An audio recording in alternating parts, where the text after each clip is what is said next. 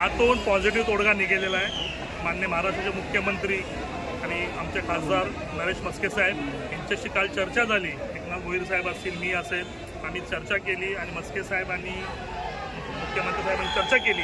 या संदर्भात येत्या आठवड्यामध्ये आज आम्ही डीसीपी साहेबांची भेट घेतली आणि ह्याच सगळ्या संदर्भात पॉझिटिव्ह करून मुख्यमंत्री साहेबांकडे आम्ही चर्चा करणार आहोत आणि ह्यामध्ये 100% मला जी खात्री आहे शिंदे साहेब चांगल्या प्रकारे आम्हाला न्याय देणारच आहेत, न्याय दिलेलाच आहे आणि अजून चांगल्या प्रकारे न्याय देतील। आणि हे आंदोलन इथं संपलं असं आम्ही बोललेलं आहे सगळं इंडियननी। आणि ठीक आहे, थोडा रोष असतो, तो रोष आज आम्ही म्हणजे रिक्षावाल्यांनी दाखवलेला आहे, पण त्यांच्या सहानुभूती विचार करून शिंदे साहेब चांगल्या प्रकारे न्याय देतील। रिक्षावर लावलेला दंड असो किंवा वाढीव दंड आहेत किंवा अनेक ठिकाणी व्हिडिओतून काढून फोटो अपलोड करणं, अशा विविध मागण्या आहेत रिक्षावाल्यांच्या।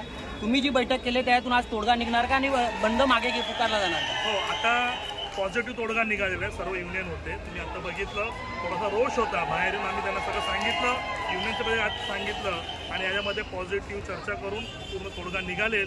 पुढच्या 15 दिवसामध्ये एक चांगली गुड न्यूज रिक्षावाल्यांसाठी भेटेल। ज्या रिक्षा चालकांवर काही अन्याय गोष्टी होत्या त्या संदर्भात डीसीपी साहेबांशी आम्ही चर्चा केली। माननीय मुख्यमंत्री एकनाथ शिंदे साहेबांशी सुद्धा या संदर्भात चर्चा झालेली आहे। खासदार नरेश मस्के साहेब यांच्याशी सुद्धा काल चर्चा झालेली आहे। योगेशजी आणि मी आता आतमध्ये होतो आणि त्यामुळे बरेचशा लोकांचे जे प्रश्न होते, जे खरोखर त्यांना अन्यायकारक प्रश्न आहेत, त्या संदर्भात पॉझिटिव्ह निर्णय डीसीपी साहेब म्हटले आम्ही तो घेतो आणि त्या ज्या काही अन्यायकारक काही गोष्टी आहेत या संदर्भात त्यांनी आम्हाला आश्वासन दिले आहे। महिला रिक्षा चालकही मोठ्या प्रमाणात आहेत, दंडात्मक जी कारवाई आहे ती कुठेतरी अनधिकृत आहे अशी त्यांची एक मागणी आहे। तुम्ही त्या संदर्भात काय विचारणा केली का? चुकीच्या पद्धतीने लावलेला दंड आहे तो दंड त्यांनी सांगितलं का आमच्याकडे तक्रार निवारण केंद्र आहे। रिक्षावाल्यांनी तक्रार दिली का हा माझ्याकडे फोटो, आता तुम्ही मुद्दा घेतला का फोटो काढून दंड लावला जातो, तो फोटो त्याने इकडे येऊन तक्रार करावी आणि त्याचा आम्ही दंड माफ करतो, तर ते आम्हाला अधिकार आहेत असे डीसीपी साहेबांनी स्वतः सांगितलेलं आहे। तर त्या संदर्भामध्ये तुम्ही हे दिला का बाय हा दंड माझ्यावर चुकीचा लावलेला आहे, ह्या माझा फोटो काढून हा केलेला हा चूक आहे, अशा प्रकारचा त्यांनी या ठिकाणी तक्रार निवारण केंद्र ठेवलेलं आहे आणि त्या संदर्भात प्रत्येक रिक्षावाल्याला तो अधिकार आहे। आपल्यावर जर चुकीचा अन्याय झाला, प्रत्येक नागरिकाला तो अधिकार असतो आणि त्यामुळे त्या ठिकाणी तो दंड सुद्धा माफ करण्याची तरतूद या ठिकाणी आहे।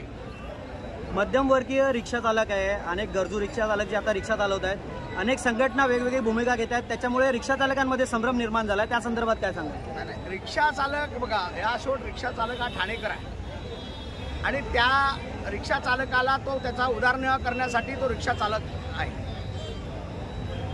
तुम्हाला माहिती आहे सन्माननीय महाराष्ट्राचे मुख्यमंत्री एकनाथ शिंदे साहेब यांनी सुद्धा काही दिवस रिक्षा चालवलेली आहे। त्यामुळे रिक्षा चालकाच्या वेदना काय आहेत या एकनाथ शिंदे साहेबांना चांगल्या माहिती आहे। त्यामुळे 50 रुपयाचा जो दंड पर डे जो याला पासिंगसाठी लावला होता, जसा आम्ही लोकांनी शिंदे साहेबांना निवेदन दिला, तातडीने मुख्यमंत्री एकनाथ शिंदे साहेबांनी तो निर्णय घेतला सभागृहामध्ये आणि तो दंड माफ करण्याची तरतूद केली। कारण शिंदे साहेबांना त्यांना माहिती आहे तर रिक्षावाल्यांच्या वेदना काय आहेत, सर्वसामान्यांचा मुख्यमंत्री या महाराष्ट्राला लाभलेला आहे। त्यामुळे रिक्षावाल्यांच्या वेदना या त्यांच्यापर्यंत पोहोचून आम्ही त्या नक्कीच सोडवण्याचा प्रयत्न करूया।